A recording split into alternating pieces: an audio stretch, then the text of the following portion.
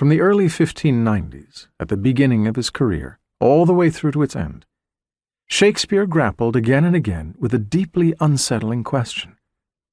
How is it possible for a whole country to fall into the hands of a tyrant? A king rules over willing subjects, wrote the influential 16th century Scottish scholar George Buchanan. A tyrant over unwilling.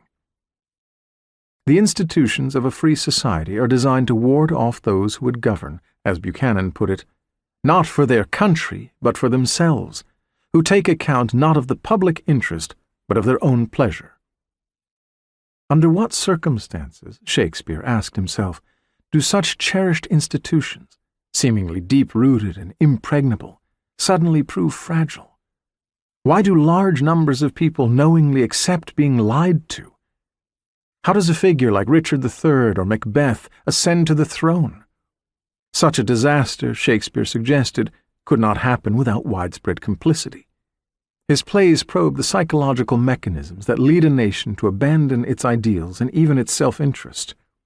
Why would anyone, he asked himself, be drawn to a leader manifestly unsuited to govern, someone dangerously impulsive or viciously conniving or indifferent to the truth?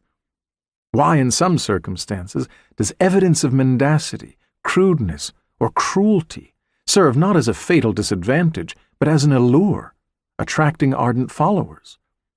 Why do otherwise proud and self-respecting people submit to the sheer effrontery of the tyrant, his sense that he can get away with saying and doing anything he likes, his spectacular indecency?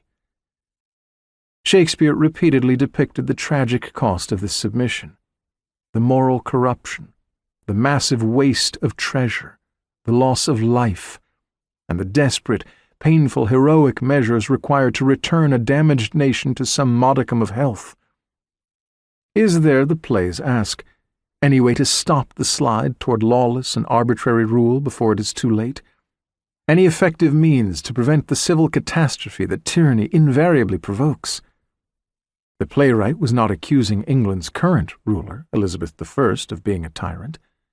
Quite apart from whatever Shakespeare privately thought, it would have been suicidal to float such a suggestion on stage. Dating back to 1534, during the reign of the Queen's father, Henry VIII, legal statutes made it treason to refer to the ruler as a tyrant. The penalty for such a crime was death.